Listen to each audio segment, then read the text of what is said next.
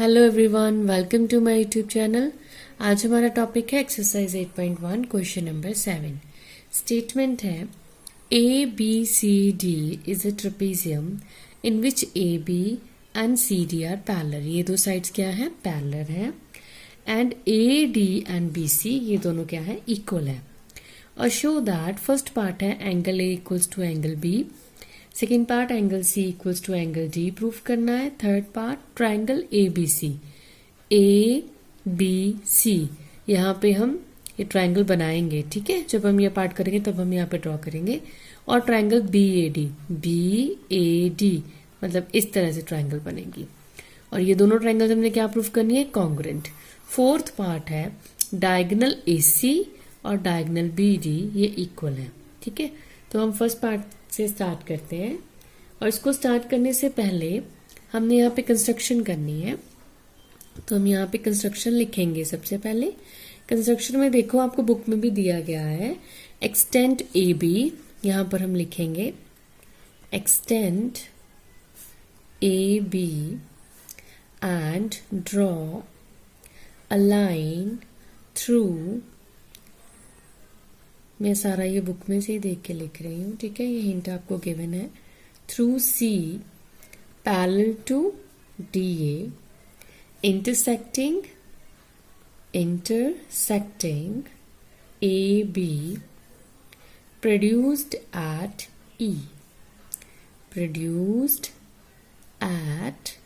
ई, ठीक है। हमने ए बी को एक्सटेंड किया एंड ड्रॉ अ लाइन हमने सी से एक लाइन ड्रॉ करनी है जो कि डी ए के पैरेलल होगी। इट मीन्स ये जो सी है ये डी ए के पैरेलल होगा, ठीक है। तो अब हम स्टार्ट करते हैं अपना फर्स्ट पार्ट के लिए देखो, हमारे पास अगर हमने ये लाइंस पैरेलल ड्रॉ कर दी है, ये देखो ये दोनों पैरेलल है, तो इट मीन्स मेरे पास ए ई सी डी, ए भी क्या हो गया? ये भी पैरेललोग्राम हो गया, ठीक है। तो इट मीन्स हम यहाँ पे लिखेंगे A E C D, this is a parallelogram.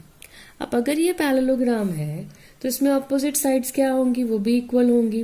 अब इस पैरेललोग्राम में देखो A D and B C ये इक्वल है, ये हमें स्टार्टिंग में गिवन भी है। तो हम यहाँ पर लिखेंगे A D equals to B C, ये हमें गिवन है, ठीक है। हमने कौन कौन सा पार्ट लिखा? ए डी और ये बी सी, ये हमें इक्वल गिवन है। और ए डी किसके इक्वल आएगा?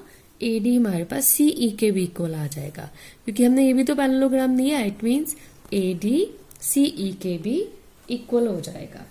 तो अब इसका रीजन हम क्या लिखेंगे कि ए डी सी ई के इक्वल है? इसका रीजन हम लिखेंगे opposite sides of parallelogram. Opposite sides of parallelogram क्या होती है? They are equal. तो अब इन दोनों इक्वेशन से देखो, फ्रॉम अबव इक्वेशंस इन दोनों से क्या बनता है? दोनों किसके इक्वल है? ए डी के इक्वल है। तो इट मीन्स बी सी किसके इक्वल आ जाएगा? सी ई के इक्वल आ जाएगा। ये देखो बी सी और सी ई ये दोनों आपस में क्या हो जाएंगे? इक्वल हो जाएंगे। और हमें पता है ये एक छोटी सी ट्रायंगल बन रही है, और हमें पता है जब एक ट्रायंगल में दो साइड्स इक्वल होती हैं तो उसके जो ऑपोजिट एंगल्स होते हैं वो आपस में हमेशा क्या होते हैं? इक्वल होते हैं, ठीक है। तो इट मीन्स ये वाला एंगल और ये वाला एंगल ये आपस में क्या होंगे? इक्वल होंगे। तो मैं इस एंगल का नेम दे देती हूँ, एंगल 1 नेम दे देती हूँ, ठीक है। इसको मैं एज इट ही रख रही हूँ एंगल ई। तो इट मीन्स हमारे पास क्या हो गया? Therefore angle E is equals to angle 1। और इसका रीजन क्या होगा? Opposite angles to equal sides of triangle are equal. तो ये हमने यहाँ पे रीजन दे दिया। अब नेक्स्ट देखो, अब अगर मैं ये दो साइड्स देखूं, ये पूरा पैरेललोग्राम था, ये दोनों साइड्स क्या है? आपस में पैरेलल भी तो हैं, ये पैरेलल है और ये होगी ट्रांसवर्सल, ठीक है। तो इट मीन्स इसमें एंगल ए और एंगल ई ये क्या बन रहे हैं? को इंटीरियर एंगल्स बन रहे हैं। या आप इसकी जगह क्या बोल सकते हो? Interior angle on the same side of the transversal are supplementary. तो हम यहाँ पर क्या लिख सकते हैं? Angle A and angle E इन दोनों का सम 180 डिग्री हो जाएगा। हम क्या लिखेंगे? Angle A plus angle E equals to 180 degree, और हम यहाँ पे रीजन क्या लिख देंगे, को इंटीरियर एंगल्स। ये को इंटीरियर एंगल्स हो गए।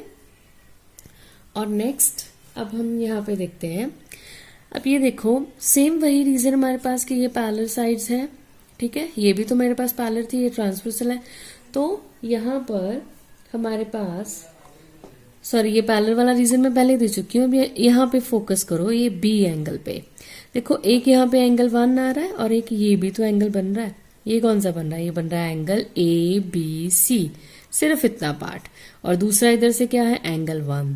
ये दोनों क्या फॉर्म कर रहे हैं, लीनियर पेयर फॉर्म कर रहे हैं। तो हम यहाँ पर क्या लिखेंगे, angle A B C plus angle 1 equals to 180 degree, और ब्रैकेट में रीजन आ जाएगा लीनियर पेयर। अब इन दोनों इक्वेशन से देखते हैं क्या बनता है। फ्रॉम अबव इक्वेशंस, दोनों इक्वेशंस किसके इक्वल है, 180 डिग्री के, ठीक है। फ्रॉम अबव इक्वेशंस, तो ये मेरे पास क्या बनेगा, मैं यहाँ पर ही लिख रही हूँ, angle A plus angle E equals to angle A B C plus angle 1। अब देखो एंगल 1 जो था वो किसके इक्वल था, एंगल ई के इक्वल था, तो हम यहाँ पर एंगल ई मार्क कर देते हैं, ठीक है। तो नेक्स्ट स्टेप में हमारे पास क्या आएगा, angle A plus angle E equals to angle A B C plus angle E. Angle E cancel हो गया, तो ये मेरे पास बना angle A equals to angle A B C. अब देखो एंगल ए बी सी को हम सिंपली एंगल बी भी तो लिख सकते हैं, तो यहाँ पर मैं इसकी जगह लिख रही हूँ एंगल बी। तो यही हमारा फर्स्ट पार्ट था, ये देखो angle A equals to angle B हमने प्रूफ करना था, तो ये हमारा फर्स्ट पार्ट डन हो गया। अब सेकेंड पार्ट के लिए देखो हमने क्या करना है। सेकेंड पार्ट में हम यहाँ पर क्या करेंगे, ये भी देखो ये एक पैरेललोग्राम है, तो these lines are parallel and this is transversal. अब हमारी ट्रांसवर्सल ये काउंट करेंगे हम, ठीक है। तो इसमें एंगल ए और एंगल डी क्या काउंट होंगे, ये को इंटीरियर काउंट हो जाएंगे। सेम ऐसे ही angle B and angle C ये भी को इंटीरियर बन जाएंगे। हम यहाँ पर क्या लिखेंगे, angle A plus angle D equals to 180 degree, और angle B plus angle C equals to 180 degree. दोनों का रीजन हम क्या लिख देंगे, को इंटीरियर एंगल्स। उसके बाद अब नेक्स्ट देखो, ये दोनों के दोनों एंगल 180 डिग्री आ रहे हैं, तो इट मीन्स हम इन दोनों को इक्वल लिख सकते हैं, angle A plus angle D equals to angle B plus angle C. अब नेक्स्ट देखो, हमने फर्स्ट पार्ट में एंगल ए को किसके इक्वल प्रूफ किया हुआ है, एंगल बी के इक्वल प्रूफ किया हुआ है, तो हम एंगल ए की जगह यहाँ पे एंगल बी लिख लेते हैं। तो यहाँ पर एंगल बी को as A T angle B रखेंगे, यहाँ पर हम क्या लिख देंगे, फ्रॉम फर्स्ट पार्ट। यहाँ देखो एंगल बी कैंसिल हो गया, और ये मेरे पास आ गया angle D equals to angle C, या आप लिख सकते हो angle C equals to angle D, जैसे मर्जी लिख सकते हो।